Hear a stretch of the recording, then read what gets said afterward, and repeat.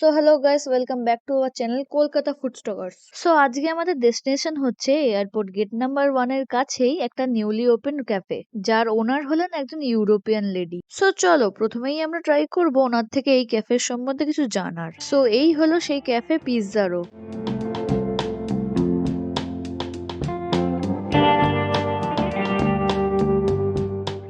Namaskar, welcome to Pizzaro. Pizzaro is a cafe also, and we serve Sicilian type Italian pizza. Our pizza is thick and airy dough. We do homemade sauces and our own homemade dough. In a cafe, we have Italian style momo, we have fish and chips, we have two different types of sandwiches. We have cappuccino, latte, hazelnut coffee, ice cream coffee, black coffee. Please come and try. Thank you. চলো এবার এই square পিৎজার মেকিংটা কেমন করে হয় একটু জেনে আসি। First এটা হচ্ছে ডো, এটা প্রিপেয়ার হয়, সেটা থেকে তারপরে হচ্ছে এটা রেইজ হয়।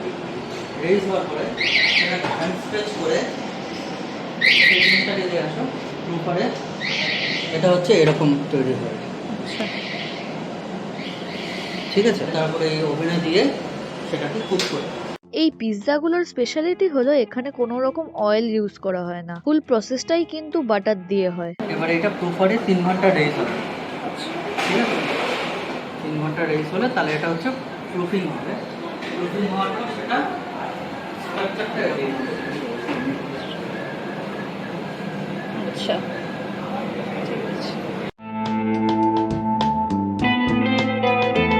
আমার এই ব্যাপারটা বেশ ভালো লাগলো যে ওনারা ফ্রেশলি চপ ভেজিটেবলস ইউজ করেন। এটা হচ্ছে আমাদের হোমমেড পিৎজা স্যার, এটা এখানেই তৈরি হয়। আমাদের কোনো কিছু বাইরে থেকে না, যেগুলো সসগুলো আছে সেগুলো আমাদের সব হোমমেড।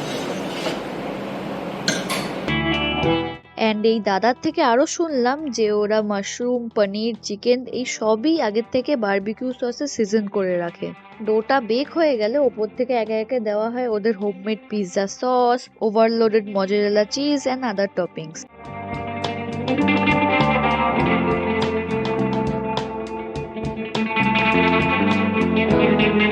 এটা হচ্ছে বারবিকিউ পনির। আচ্ছা, ম্যারিনেট করা রয়েছে বারবিকিউ সস দিয়ে। পনিরের আমরা কিউব ব্যবহার করি না। আচ্ছা, কিউব ব্যবহার করে পিৎজার এক পোর্শনে যায় আর এক পোর্শনে যায় না। বাই দ্য ওয়ে, আমরা অর্ডার করেছিলাম ওদের হ্যাপি চিকেন ওভারলোডেড পিৎজাটা। এটা হচ্ছে barbecue grill chicken. Sweet chilli sauce.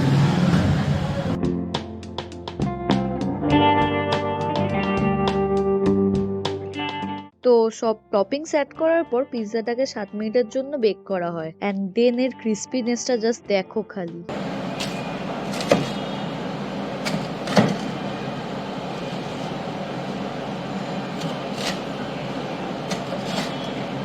So লাস্টে পিৎজাটাকে এরকম ছোট পিসেস করে ওর উপর দিয়ে ওদের স্পেশাল হোমমেড হোয়াইট সস দিয়ে সার্ভ করা হয়। এবার আসি অনেস্ট রিভিউতে। একে স্কোয়ার পিৎজা, তার উপর এরকম থিক ক্রাঞ্চি ডো দেখে আমারও মনে হয়েছিল খেতে হয়তো ভালো লাগবে না, বাট টেস্ট করে সেই ভাবনা একেবারেই ভেঙে গেল। পিৎজাটা অদ্ভুতভাবে ক্রাঞ্চিও আবার সফটও, এক কথায় খেতে বেশ ভালো।